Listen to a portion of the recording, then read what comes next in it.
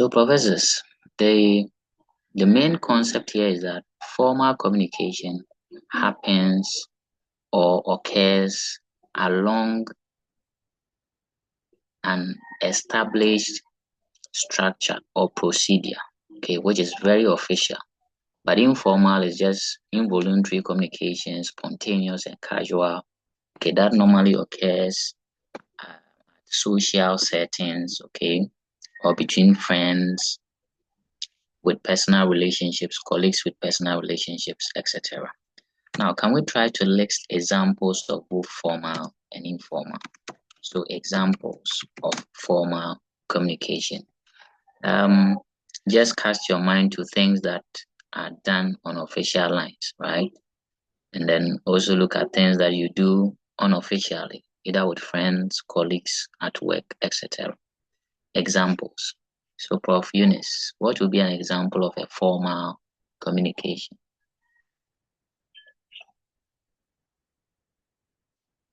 Mm-hmm.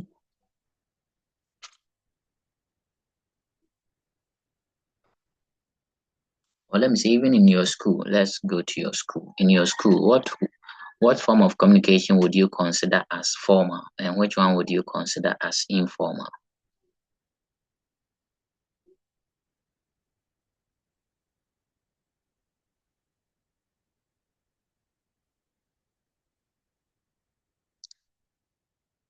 Prof. Eunice, are you there? Okay, let me assist you by giving two scenarios, and then you tell me whether it's formal or informal. So, um, speaking to your classmate, right, um, during break time, would you consider that as formal or informal? And Prof. Charles, you can share your thoughts in the chat session.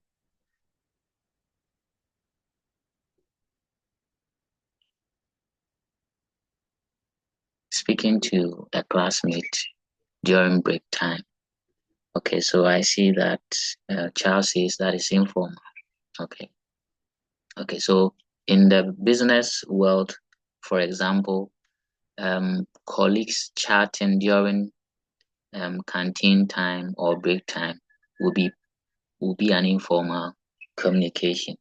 Or let me be a bit technical. For example, the CEO chatting with maybe the accountant, okay, in a canteen. That is informal, even though the CEO and the accountant, you could see the difference in terms of authority they have, but they are having a conversation at the canteen over maybe a drink or a wine. That will be informal communication. Now, the formal communication takes, like we said, takes the form of being structured properly. So let's look at examples of formal communication, and one of them will be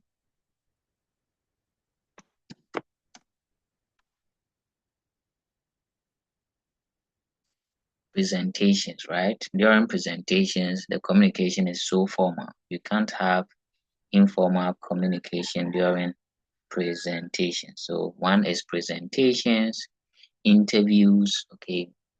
In an interview, I don't think you, the worker, or the applicant will go there and be speaking like you know the panel. Even though you might know some of the panelists, you have to be very formal, or you have to be very official, right?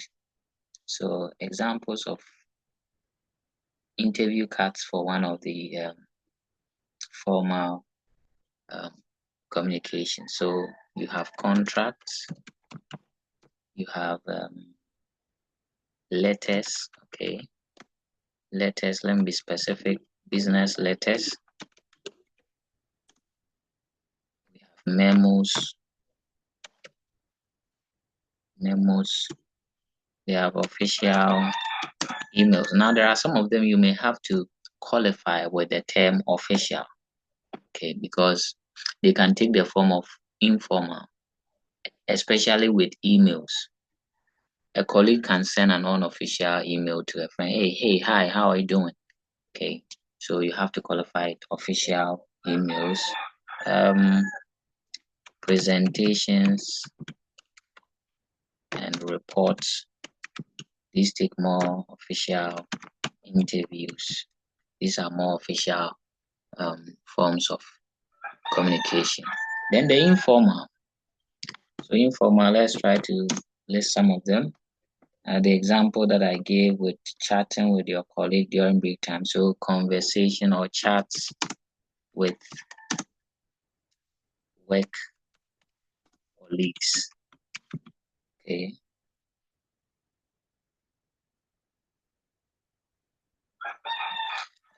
Casual discussions during break time.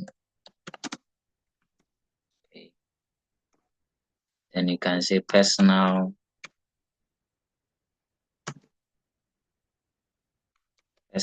emails and text messages.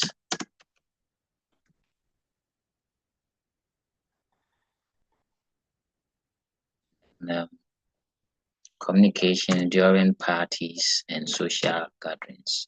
So communication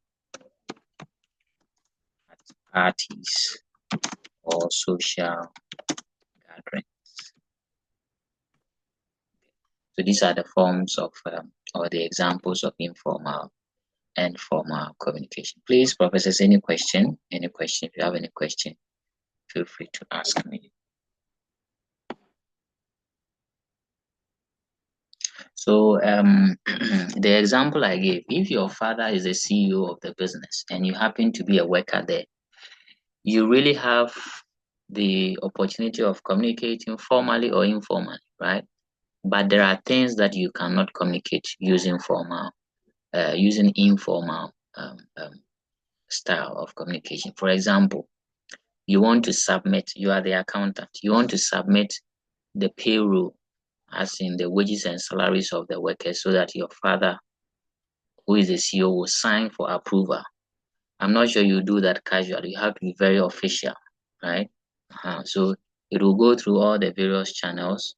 If you have to give it to the chief accountant for him to verify before you push it to the head of department, before it goes to your father, the CEO, you have to follow this official setting. You cannot say because the CEO is your father, you take the report, ignore all the offices you are supposed to pass through, and go straight to your father.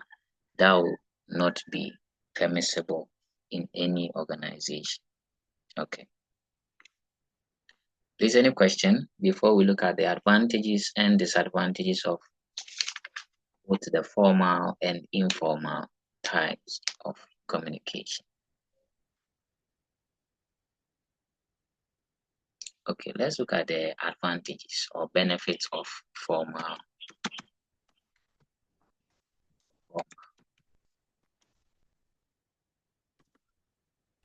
communication.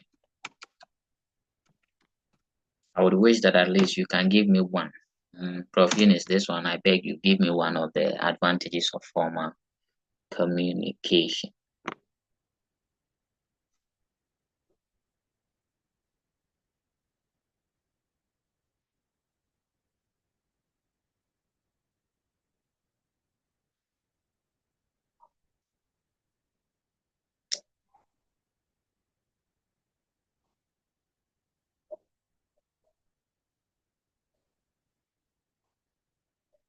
Prof. Eunice or Prof. Charles, you can type in the chat as well. Why, my professors have not taken tea or anything this morning. It seems like you are a bit, Prof. Eunice, let me hear you on this one. Advantages of formal communication. Communication that is based on official settings or official lines of authority. What is it? What are some of the benefits that we get from using that form of communication?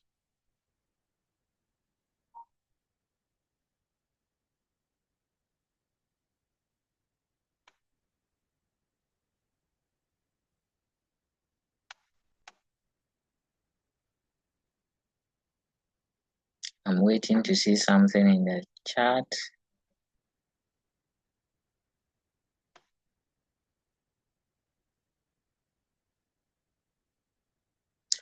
Okay, so point number 1, it ensures clarity. It ensures clarity and precision in communication. So we are saying that if you are communicating formally, because you know it should be official, you take the time to be very clear, okay, and precise in your. Okay, Prof. Eunice wants to speak now. Prof. Eunice, let me hear you. It creates discipline. It creates discipline. Okay, so that is very true. Can you explain that point a bit? I'm grateful for the response though. Can you explain how does formal communication create discipline?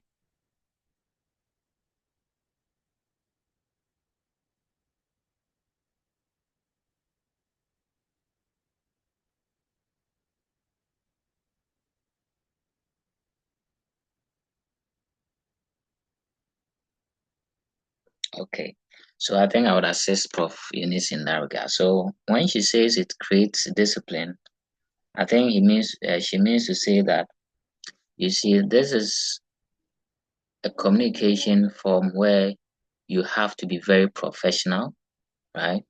And if you have to be very professional and official, you can't be indisciplined. Your choice of words, how you write it, I'm not sure you can write anyhow to your boss, right? So it's a way of building discipline in communication. So that's the point. But I would reshape that point and say that it establishes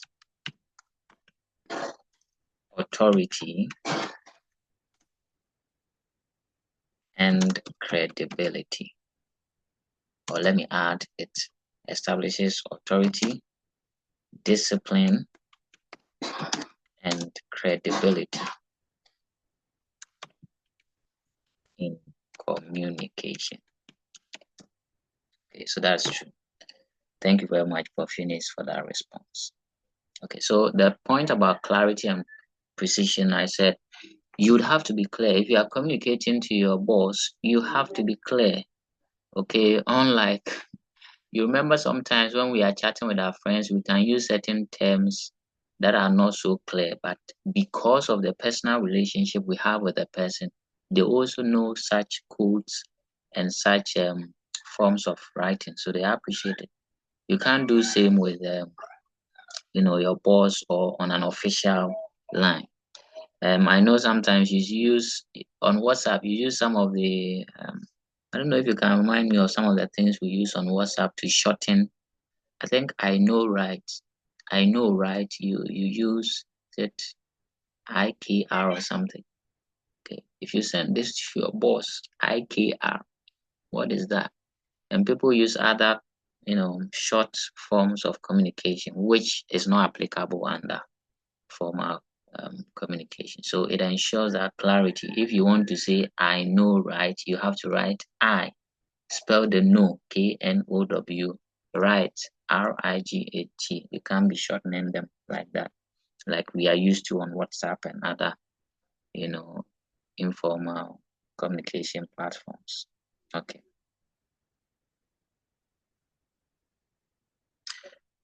The next point is it also provides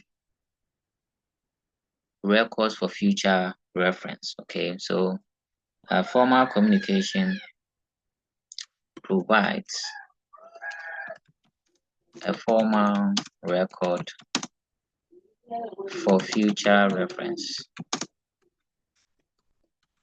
So most of these formal communication picks the written, right? The written form of communication.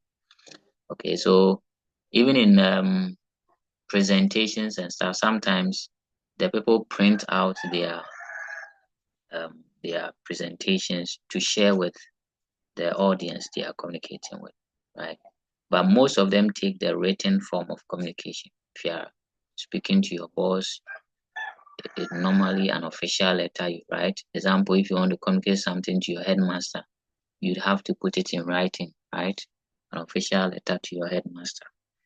Okay, so it provides a formal record for future reference, unlike the casual communication, which does not have this. Okay, I can see the CEO because he's my friend. I'll say, hey, what's up? How is the contract going? Right? It ends there. But on official lines, I'll probably send an official email addressing him and asking of how the contract or the project is going. Okay. So we have written 3. Let me add the last one.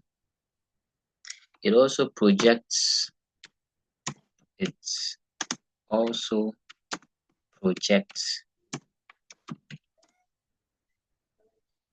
professional image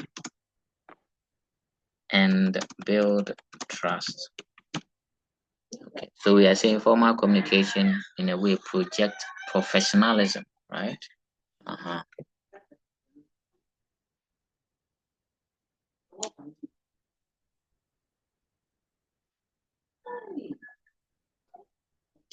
Let me also add, it ensures a systematic flow of communication. And as I said, if you are communicating formally, you have to follow the procedures that are laid down. So that systematic flow of communication is ensured by formal communication. Okay.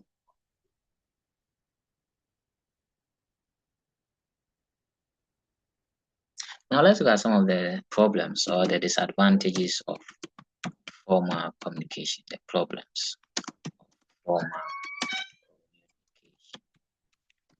So this one, I think that professors would be very much familiar with some of the problems of formal communication. You want to speak to the headmaster and you have to write a letter, or you have to, officially dress properly and enter the office to present. Okay, what are some of the problems or the disadvantages with formal communication?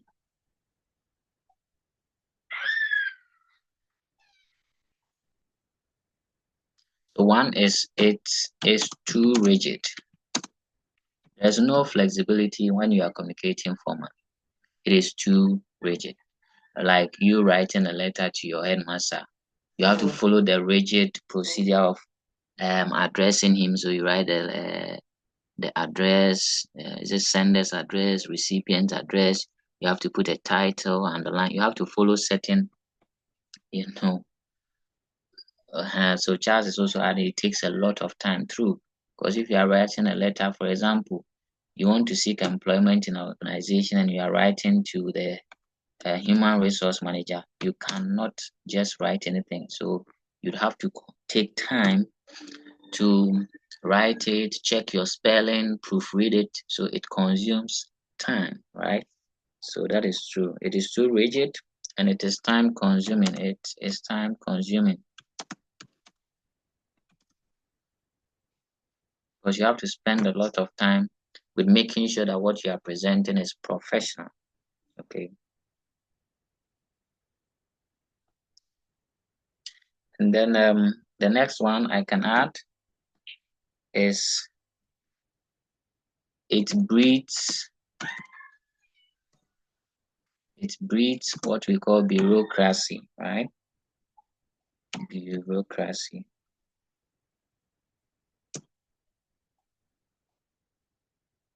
And I think you all appreciate this term bureaucracy, where you have to follow a long chain or channel before you can do a simple thing. Imagine you want to tell the headmaster that you are not feeling well, so you need permission to go home. You have to sit down and write a letter. This letter has to go through probably your housemaster, who will push it to the senior housemaster before it gets to the assistant headmaster domestic before the headmaster. That long process, okay, that bureaucratic channel is not really the best, okay. So it breeds bureaucracy, which affects smooth and faster flow of communication.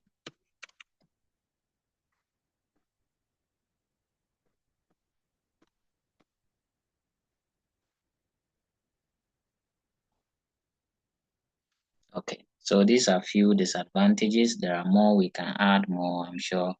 So we've spoken of time consuming, rigid nature. Okay, again, let me add more, okay, so that at least you appreciate. You cannot add emotions in formal communication, right? So it doesn't, or it's difficult. It is difficult in conveying emotions. So informal communication is difficult for you to, convey your emotions, right? Okay. Now let's look at some of the advantages of um, informal and then disadvantages of informal. But of course, if we are being smart, we can just modify that of the formal communication, right? So some of the advantages of informal communication is that it is flexible, right? The opposite of rigid. It is flexible. It is not time consuming, or it doesn't take much time.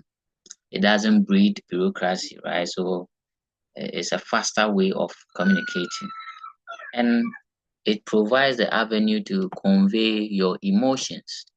In informal communications, you can convey your emotion. You can cry on your friend, right? But you cannot cry on the official lines of student headmaster. Okay. Like a teacher who has to go to the headmaster's office to sign a document, then you go and cry there. That's unofficial. So you may either be sacked from the office, or but if you have that personal relationship with the headmaster, then you can communicate on the unofficial line where you can cry to the headmaster that this is the problem I'm having, okay, etc. Okay, so let's look at the advantages of informal communication. Advantages.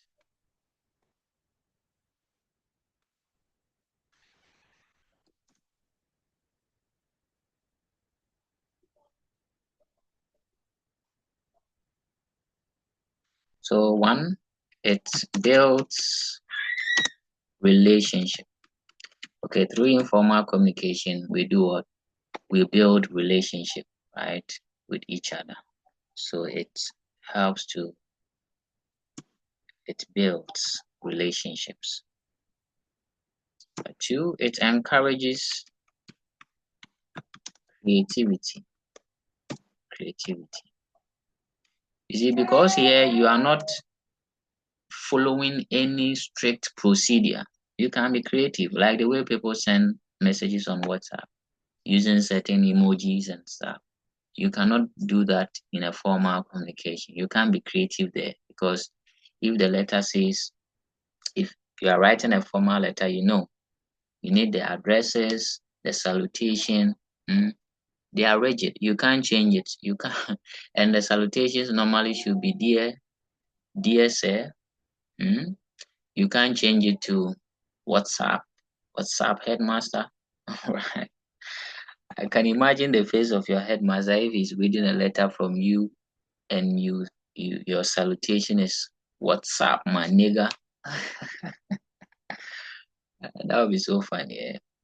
Yeah. So it encourages creativity, informal communication. You can be creative with your words and how you write. Okay. It's also a way, also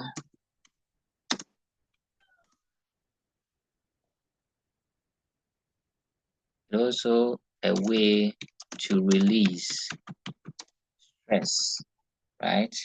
So colleagues meet at the canteen, they chat and laugh about things to relieve or release stress. So it's a way to release stress. Okay. If you want to add more, I'm listening. If you want to add more of the point. So it's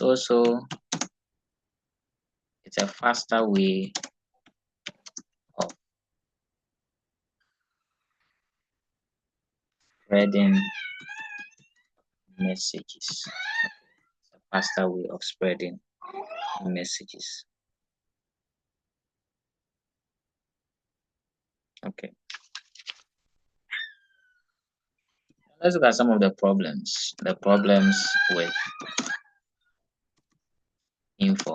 problems of informal communication.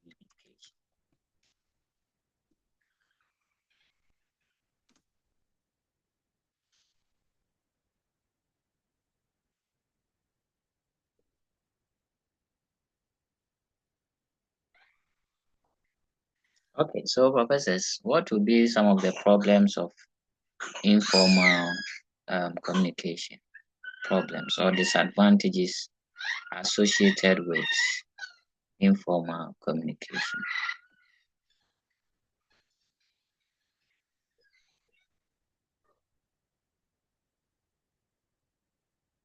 Yes.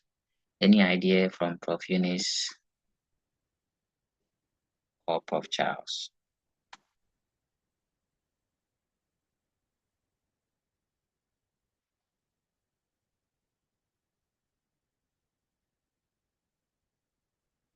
So one, like I said, you can be smart about it, right? Just edit some of the advantages of formal communication. So one disadvantage is that there is lack of clarity, okay, in informal communications, because like I said, your friend can send you a message and you don't even understand because he's using a different style of writing and shorthand.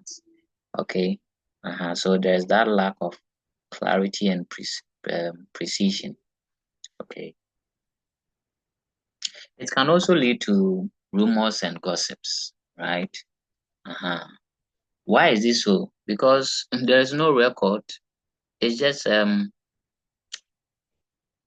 kind of a conversation between people with personal relationship or in a social setting. So it can lead to rumors and gossip.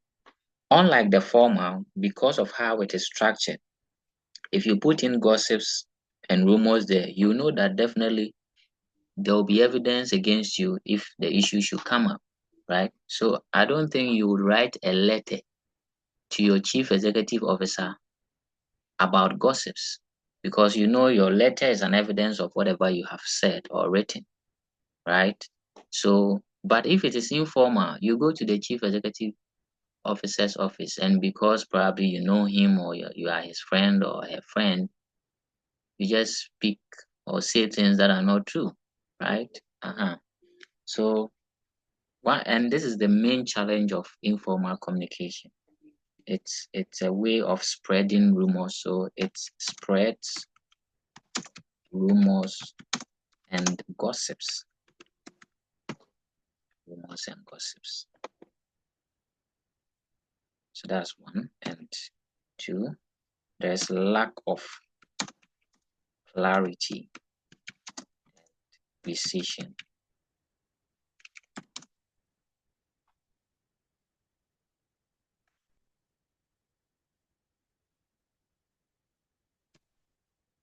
And again, it can lead to miscommunication. Okay. It can lead to miscommunication. Imagine you go and say this to the headmaster, another person, because probably you are headmaster's children or friends or something, right? It could lead to miscommunication. Okay. Then lack of formal record for future reference. So we have been smart by editing some of the disadvantages, right? It doesn't promote, professionalism. There is no systematic flow of communication, so it lacks it also lacks systematic flow. It lacks systematic flow of communication. Now, I prefer using the school example because then you can relate it with it well. So imagine the sales girl in a firm, right? Because he has a relationship with the marketing manager. Will move straight away to the marketing manager to say things to him or her. Okay.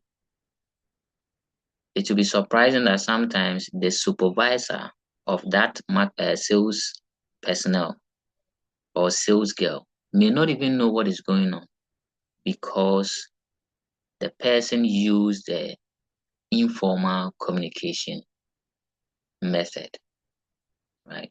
If it had been formal, then this sales girl would have to go through her supervisor before the information can reach the marketing manager or whoever is in charge.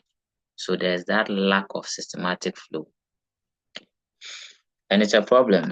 Sometimes you see, even in schools, you see that your headmaster is aware of something that your housemaster is not aware of. Right? It creates a lot of distortions and discord in the organization. So, professors, these are the advantages and disadvantages of formal and informal communication. Please, any question for me?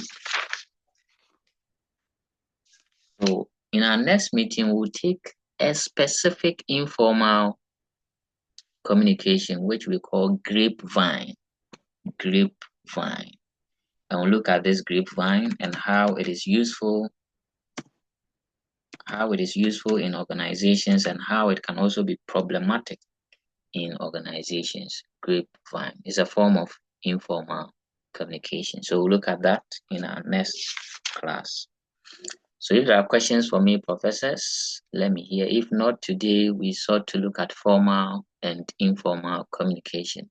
And I think you appreciate that the formal communication is more appropriate in official settings. It is well structured and the procedures for communication are clearly defined. Some of them include official emails, reports, business letters, contracts, right? The informal communication allow us to have that casual, friends-based social interactions, right? But as well, it has its own advantages and disadvantages as well. So professors, thank you very much for making up to class. I'm hoping that in our next class, all the other professors would be able to join. I'm seeing something in the chat. Let me see if it's a question. Okay, I think no question for me. So professors, I'll end today's class here. The last session, I'm going to post the question I told you about, so you solve and submit in your various private pages. So thank you very much. Have a nice, beautiful Thursday. Bye-bye.